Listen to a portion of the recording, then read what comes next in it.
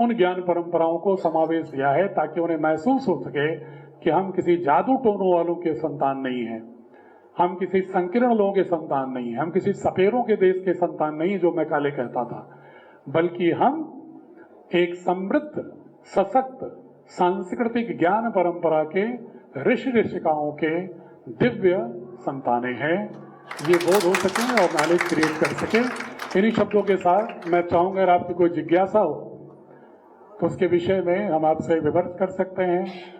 कोई जिज्ञासा ना पूछे मान लीजिए तो हमारी एक मेल है, ईमेल chairman@bsb.org.in, chairman@bsb भारतीय शिक्षा बोर्ड bsb.org.in। इस पर अपना नाम, नंबर, टेलीफोन लिख करके अगर आप कोई हमें सुझाव देंगे। ये चर्चा में इसलिए भी करता हूं कि आप लोग शिक्षाविद हैं, आपके मन में भी कई प्रश्न होंगे शिक्षा व्यवस्था में संस्कार विहीनता को दूर करने के लिए, नौकरी परकता को दूर करने के लिए बहुत सारे विचार होंगे जिनको आप चाहते होंगे कि ये नेशनल स्तर पर कैसे रिफ्लेक्ट हो। अगर आप उसको हमको देंगे, जिस जगह गोष्ठियाँ किया है, लोग एक एक हफ्ते 10 दिन बाद तक तमाम सुझाव दिए हैं।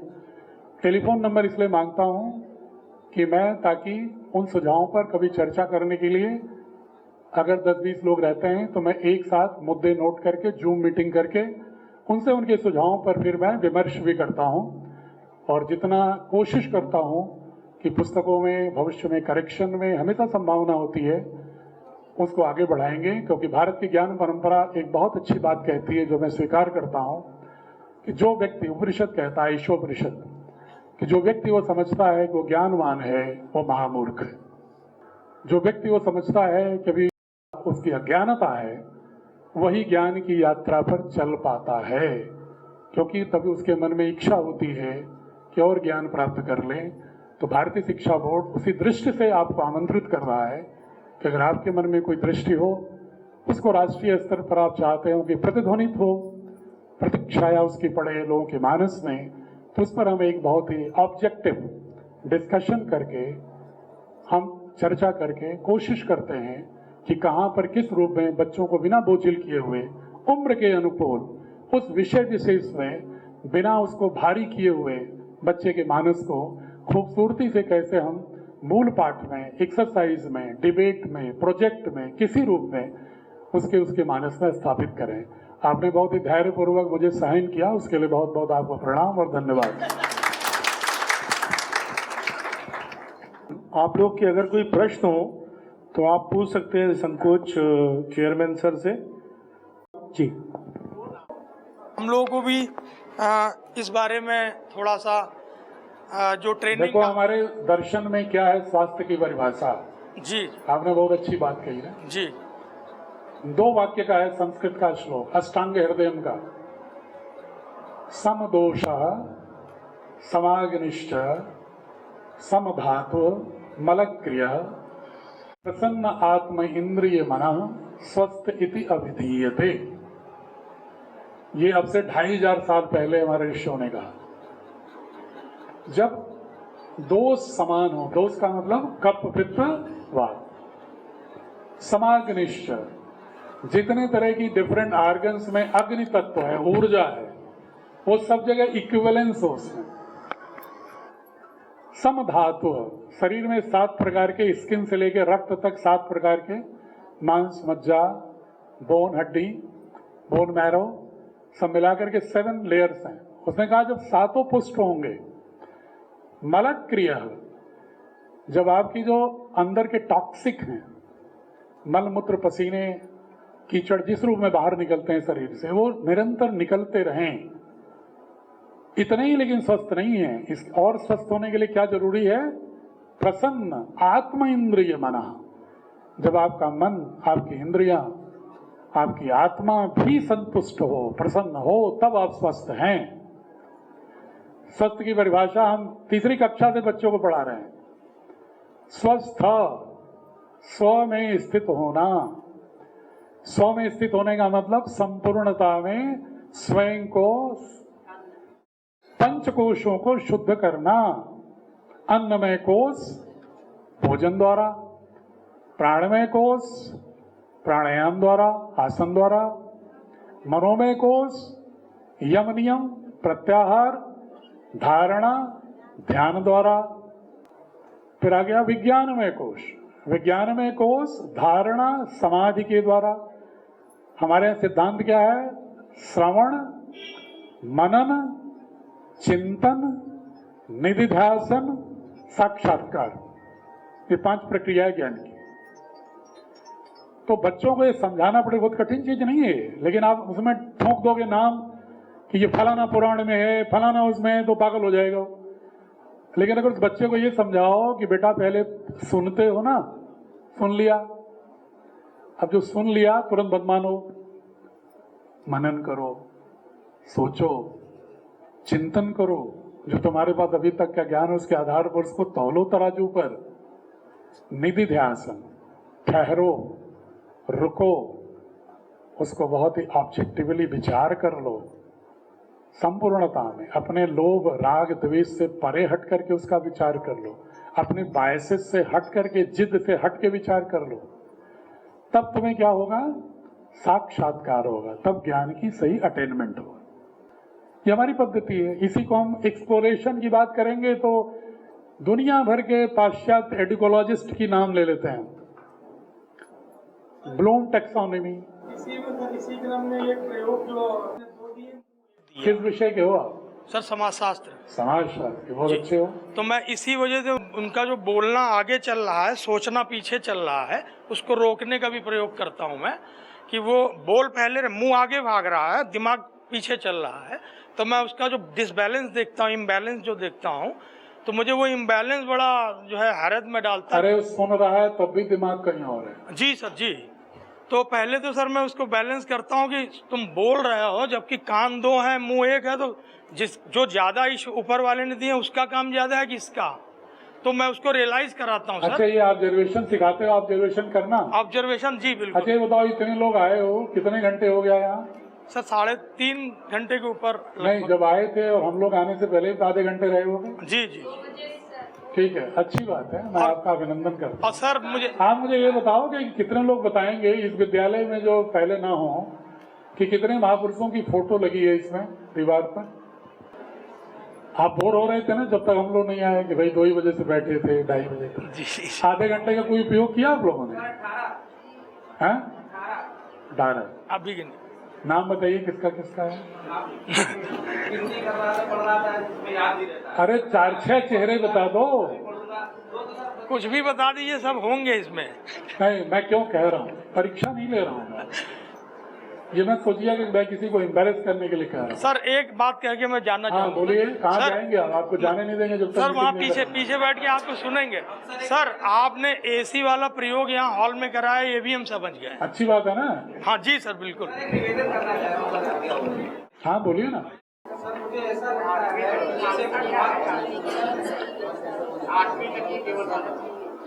8वीं तक ये हमसे अप्रूवल फॉर सिलेबस का एक प्रावधान है हमारे बोर्ड में, उससे जुड़ करके आप पुस्तकें, ट्रेनिंग, असेसमेंट सबके साथ आप हमारे बोर्ड से जुड़ सकते हैं।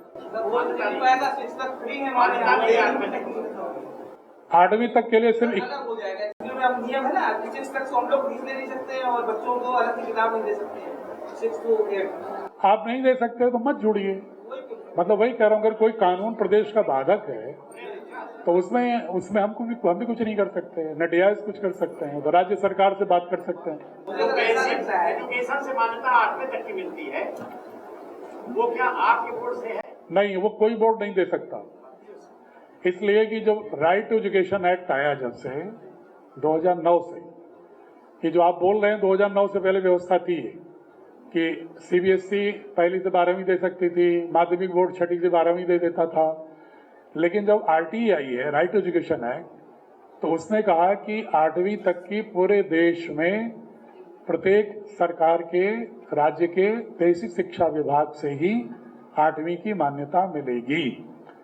बोर्ड उसके बाद स्टेप करेगा, लेकिन जब वो बोर्ड से जुड़ जाएगा तब वो अपना कैरिकुलम सारे उस पर लागू कर सकता है, लेकिन रिकॉग्निशन उसे 8वीं तक आरटीई के तहत ही लेना होगा। सर बोलना चाह रही नमस्कार हैं? जी स्वागत है। सर नमस्कार। हम लोग राजकीय विद्यालय से हैं जो स्टेट गवर्नमेंट के हैं। सर अभी यही प्रश्न मेरे मन में आ रहा था कि जो सामाजिक कुरीतियाँ और तमाम चीज़ें फैली हुई हैं उससे हमारे बच्चे बहुत प्रभावित होते हैं। तो इस तरह के संस्कार तो हम लोग देते हैं, लेकिन होता क्या है कि वो प्रभाव ज़्यादा रहता है घरेलू बच्चों पे। लेकिन आपने हमारे प्रश्न का उत्तर पहले ही दे दिया और प्रयास ये करते हैं हम लोग कि पेरेंट मीटिंग बुलाते हैं। दीदी ऐसा है, देखो हर युग में शिक्षक कुछ अच्छे होते हैं, कुछ बच्चे अच्छे होते हैं, कुछ बच्चे खराब होते हैं, कुछ शिक्षक खराब होते हैं। न हर युग में हर आदमी महर्षि वशिष्ठ विश्वामित्र था, न हर युग में हर शिक्षक महर्षि संदीपनी था, ठीक है। न हर युग में बच्चा राम और कृष्ण और बलराम था, उस युग में रावण भी था। तो हर युग में अलग अलग स्वभाव के प्रवृत्ति के लोग रहते हैं। लेकिन बता रहा हूं आगे अंतर क्या होता है कि हम अधिकाधिक अच्छे बच्चों को अधिकाधिक मूल्यों के साथ कैसे गढ़ के उनकी बहुतायत कर लें। आदर्श स्थिति तो कभी नहीं आएगी समाज में। हमारे आपके भीतर भी देवासुर संग्राम चलता रहता है। आपके मन में ही जो आपका आदर्श है, क्या उसको प्राप्त कर पाए हैं? नहीं कर पाए हैं। तो देवासुर संग्राम जब अपने ही मनोविज्ञान में युद्ध कर रहा है, तो हम बाहर के समाज के मनोस्थिति में विभिन्न अंतराल क्यों नहीं देख पाएंगे? होगा ही। जितना मैक्सिमम दिशा बदल दो। कौन कहता है आसमान में छेद नहीं हो सकता? तबीयत से एक पत्थर तो उछालो यार, मतलब कुछ तो करो। जब से जगो रे साथी तभी से सवेरा है। कुछ सपनों के मर जाने से जीवन नहीं मरा करता है। अब ये नहीं कि आदर्श स्थिति हो जाएगी तब हम ऐसा करेंगे, तो न 9 मन तेल होगी न आधा नाचेंगे। प्रयास कर रहे हैं तो कहीं से तो शुरू करोगे, और शुरुआत अच्छी चीज की हमेशा सीमित लोगों से होती है। हमारे यहाँ एडेड के लोग भी आए थे, मुरादाबाद का पूरा प्रतिनिधि मंडल आया कि हम राज्य सरकार से हटना चाहते हैं, आप हमें मान्यता दे दो, स्विच पर दे दो। तो मैंने कहा आप क्यों मुझे माध्यमिक शिक्षकों से बोर्ड के विरुद्ध क्यों द्वंद्व कराना चाहते हो? हमने कहा मैं अगर प्रशासनिक सेवा में नहीं होता तो आपकी बात बड़े आराम से मान लेता। हाँ, सीबीएसई के समानांतर ही एक केंद्र सरकार के प्रकल्प के रूप में शुरू किया जा रहा है। तो आज जो आधुनिक शिक्षा में भारतीय ज्ञान परंपरा के समावेश की बात जो आग्रह किया जा रहा है आपकी तरफ से, तो चूंकि ये राज्य द्वारा पोषित एक संस्था, जैसा कि मुझे समझ में आया आपके पोषित नहीं है, विधेयित है। हाँ, क्योंकि उसमें राज्य उसमें आप तो सरकारी आदमी भी हो। ठीक सर, ठीक। यह विधेयित है जी, पोषित है पतंजलि योगपीठ से। यानी कि ये केंद्र सरकार के या राज्य सरकार के, किसी भी सरकार के, ये दिशा निर्देशों के अनुरूप ही कार्य करने के लिए प्रतिबद्ध रहेगा। तो ऐसे में अगर आधुनिक शिक्षा में भारतीय ज्ञान परंपरा के हम समावेश की बात कर रहे हैं, तो इसकी क्या आश्वासन है कि भविष्य में, अभी मान लीजिए जो हमारे देश का राजनीतिक माहौल है या जो भी बौद्धिक माहौल है, तो उसमें ऐसा करना है। आपकी बात समझ गया मैं। एक तो आगे आने वाले समय में उससे आगे तुम नहीं पूछ पाओगे, लेकिन तुम्हारी बात समझ गया, उसका उत्तर दे देता हूँ। ठीक है सर। आपको ये लग रहा होगा किसी एक पॉलिटिकल पार्टी के एजेंडे का बोर्ड है। मैं इसलिए कह रहा था तुम सीधे नहीं पूछ पा रहे हो, घुमा के पूछ रहे हो। उसको सांस्कृतिक शब्दावली दे रहे थे काफी देर से। किसी के मन में ये भी रहता है कि आज मोदी जी और रामदेव जी की बड़ी दोस्ती है, तो कहीं मोदी जी चले गए तो फिर हो सकता है बोर्ड खत्म हो जाए। आपके सवाल को बिल्कुल मैं क्रूड रूप में बोल रहा हूँ, ज्यादा दिमाग में होगा। ये स्पष्टता होनी चाहिए कि सरकार जनता की चुनी हुई सरकार होती है, किसी पार्टी की नहीं होती। और जब एक नियम प्रक्रिया फॉलो करते हुए विधि सम्मत ढंग से कुछ गठन होता है, तो नहीं खत्म कर सकता कोई। क्या कोई सरकार मदरसा बोर्ड खत्म कर पाई? हाँ या ना बताओ? नहीं बताओ, खत्म कर पाई? क्या मदरसा बोर्ड को जो कानूनी रूप से सहायता होनी चाहिए दे रही कि नहीं सरकार? दे रही है। इसका क्या मतलब हुआ? संकेतों में समझ लीजिए कि जो अगर एक विधि सम्मत ढंग से अगर कोई बोर्ड गठित हो गया, तो उसको कोई दूसरी सरकार नहीं रोक पाएगी। जब बिना किसी सरकार के बने हुए बोर्ड को, आईसीएसई को सरकार चला सकती है, भारतीय ज्ञान परंपरा की बात करने वाली सरकार भी क्रिश्चियन बेस्ड सोसाइटी के स्कूल को चला सकती है और अपनी वेबसाइट पर नेशनल बोर्ड के रूप में लिख सकती है। तो भारत से चुनी हुई कौन सी सरकार की हिम्मत है कि भारतीय संस्कृति और अपने पूर्वजों के ज्ञान के विपरीत किसी को चलाने के लिए बाध्य कर सकती है? कौन ऐसी सरकार है? कौन ऐसी पार्टी है जो आज चुनाव से पहले मंदिरों में जाके मूर्तियों को माला नहीं पहना रही है? कौन ऐसी पार्टी है जो वोट मांगने के लिए टीका लगा के मंच पर कलावा पहन के नहीं घूम रही है? अब नाम मत लो। इसलिए मैं कह रहा हूं कि ये बेटा, जब बोर्ड एक सिर्फ बन गया होता है प्रशासनिक आदेश से, आईसीएसई तो प्रशासनिक आदेश से भी नहीं बना है। ये तो कैम्ब्रिज यूनिवर्सिटी का बोर्ड है, बाद में इसने आईसीएसई सीआईएसई नाम रख लिया और स्कूल चलने लगे। सरकार ने आज तक एक ऑर्डर नहीं किया आईसीएसई के लिए नेशनल बोर्ड होने का। एक नोटिस क्या दिया उन्होंने, चली गई हाईकोर्ट में 5 साल पहले, हाईकोर्ट दिल्ली ने स्टे कर दिया और भारत सरकार शांत होकर के उसको नेशनल बोर्ड मान ली, भले सेटअप बाई प्राइवेट बोर्ड। इसलिए वो तो कहीं दूर दूर तक संभावना ही नहीं है, नंबर 1। नंबर 2, जब उसकी पॉलिसी, उसकी बुक्स, उसके कैरिकुलम एक फिजिक्स का आदमी डिसाइड कर रहा है, ठीक है ना, मैंने इसलिए पौराणिक शब्द पर इनको रोका था। कोई मैथोलॉजी वाला आदमी चेयरमैन नहीं बैठा है। मैं फिजिक्स और न्यूक्लियर फिजिक्स का स्पेशलाइजेशन है मेरा, और मैथमेटिक्स और स्टैटिस्टिक्स से ग्रेजुएशन है मेरा। मैं टेक्नोलॉजी ड्रिवन सोसाइटी में विश्वास करता हूँ, नॉलेज ड्रिवन सोसाइटी में विश्वास करता हूँ। इसलिए हमारी पुस्तकों में भारत की ज्ञान संपदा दिखेगी, भारत की कोई रॉन्ग नैरेटिव नहीं दिखेगी। तो जब किसी पुस्तक में संविधान के मूल्यों का पालन होगा, संविधान के प्रेम्बल का पालन होगा, और भारत के फंडामेंटल ड्यूटी में 51A में लिखा है संविधान के कि भारतीय ज्ञान परंपरा, भारतीय संस्कृति का प्रिजर्वेशन होगा, तो कौन कोर्ट और कौन सरकार है जो तात्विक आधार पर, सत्य आधारित, एविडेंस आधारित किसी भारतीय ज्ञान परंपरा को रखने पर परहेज कर सकती है? न सैद्धांतिक रूप से कर सकती है, न वैधानिक रूप से कर सकती है, बल्कि उल्टा यह है कि भारत का समूचा मानस धीरे धीरे अपने पूर्वजों के प्रति सम्मान के लिए भी चिंतित है। बस इतना ही चिंतित है कि पुनः वह जाति व्यवस्था कंसोलिडेशन, पोंगापंथी, दुनिया भर के अंधविश्वास, चमत्कार आधारित जादू टोना, इसकी ओर न लौटे भारत। हम उसी जादू टोने, चमत्कार की ही व्यर्थता को हम नंगा कर रहे हैं। कड़े शब्दों में बता रहा हूं, हमारी पुस्तकों में एक जगह भी तुम्हें चमत्कार, एक भी जगह फालतू बातें, ऐसी एक भी जगह नहीं मिलेगी आपको। जो भी रखा है हमने वो पूरा का पूरा पुष्ट प्रामाणिक आधार है। हमारी 6ठी की किताब पढ़ लेना, साइंस की, जरूर एक ही किताब पढ़ लो, उसमें हमने भारत की ज्ञान परंपरा रखी है। कटीनाथ, 1 मिनट में बता दे रहा हूं। कटीनाथ, जब टीपू सुल्तान से युद्ध हो रहा था, अंग्रेजों का जब युद्ध था, तो उसका एक रसद ढोने वाला कार्ट्समैन था, कॉस्की नाम था उसकी नाक कट गई तलवार से टीपू के सैनिकों से। अब उसकी नाक कैसे ठीक हो, अंग्रेज बड़े परेशान हुए एक साथ। तो किसी ने उससे कहा कि बगल के गांव में कुम्हार है, इन्होंने कुम्हार की बात की थी तो उस पर याद आ गया हमको। उन्होंने कहा कुम्हार है, वो जोड़ देता है नाक। तो अंग्रेजों ने कहा वो कैसे जोड़ देगा, तो बोले नहीं जोड़ता है। तो लेके बुलाए, भाई मरता क्या नहीं करता, कुछ था नहीं। बोले चलो उसी से आजमाते हैं। उसने यहाँ से माथे से निकाला और लगाया, 15 दिन लिटाया, औषधि लेप लगाई, नाक जुड़ गई।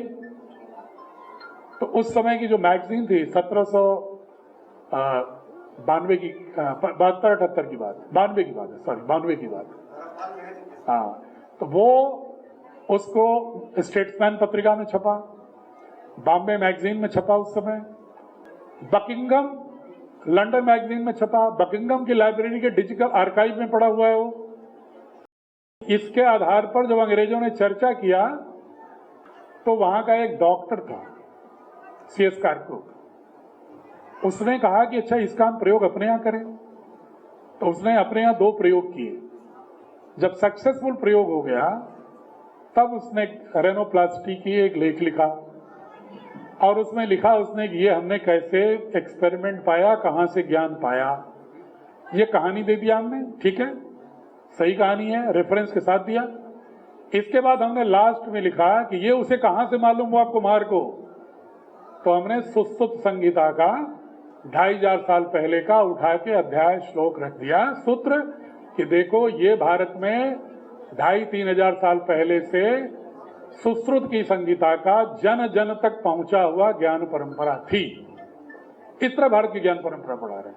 हमें जादू टोना नहीं पढ़ा रहे हैं कि तुम कहाँ के रहने वाले हो, तुम केला खा लोगे तो तुम्हारा कल्याण हो जाएगा, तुम पीला कपड़ा पहन लो तो कल्याण हो जाएगी। भारत की ज्ञान परंपरा है ये, तो भारत की ज्ञान परंपरा को नष्ट करने की साजिश है। तो असली भारत की सनातन बौद्ध को, भारत की संस्कृति को स्थापित करना, जिसका कोई कम्युनिस्ट भी विरोध नहीं कर सकता, मैं दावे के साथ कह रहा हूं। एक सभा में बहुत सारे साम्यवादी बैठे थे, कम्युनिस्ट बैठे थे। जब मैंने सनातन की व्याख्या की, उस पर नहीं आ रहा हूं मैं, क्योंकि 1 घंटे लगता है मुझे उस पर व्याख्या करने। जब मैंने व्याख्या की कि भारत की संस्कृति ये सनातन है, इसको सनातन मानता हूं, इसको मैं अपनी पुस्तक में रख रहा हूं, तो जो साम्यवादी थे, JNU के 3 प्रोफेसर बैठे थे वहां, कॉन्स्टिट्यूशन क्लब में गोष्ठी थी। उन्होंने कहा, सिंह साहब अगर ये सनातन धर्म है तो मैं भी सनातनी हूं। तो असली भारत में तुम्हारा साम्यवाद भी है और विस्तारवाद नहीं है, ज्ञानवाद है। तो उस भारत की ज्ञान परंपरा को स्थापित करो, तब वो वैश्विक नेतृत्व लायक होंगे।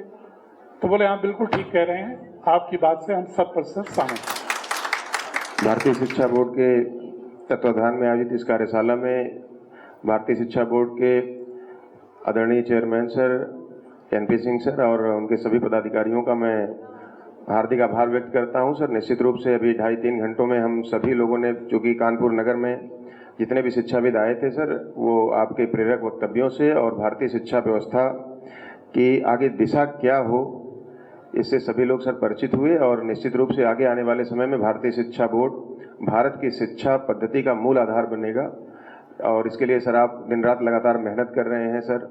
और इस तरीके से अलग अलग जनपदों में जा करके बौद्धिक विमर्श जो आप सर कर रहे हैं और उसके माध्यम से जो अलग अलग संस्थाओं से जुड़े हुए शिक्षा में कार्य कर रहे शिक्षक और प्रबंधक हैं, उनके भी विचारों को लिया जा रहा है। तो एक समावेशी शिक्षा जो कि एक मजबूत राष्ट्र का आधार बननी चाहिए, उस दिशा में भारतीय शिक्षा बोर्ड प्रयास कर रहा है। तो हम सभी लोगों इसके लिए आज सर बहुत बहुत आभारी हैं आपका कि सर आपके प्रेरक वक्तव्यों से, एक तार्किक दृष्टि से और एक बच्चे के जीवन में जो शिक्षा का महत्व है, एक समग्र दृष्टि बच्चे में कैसे विकसित किया जाए, इससे सभी लोग लाभान्वित हुए। मैं आप सभी का बहुत बहुत आभार व्यक्त करता हूँ। बहुत बहुत धन्यवाद सर।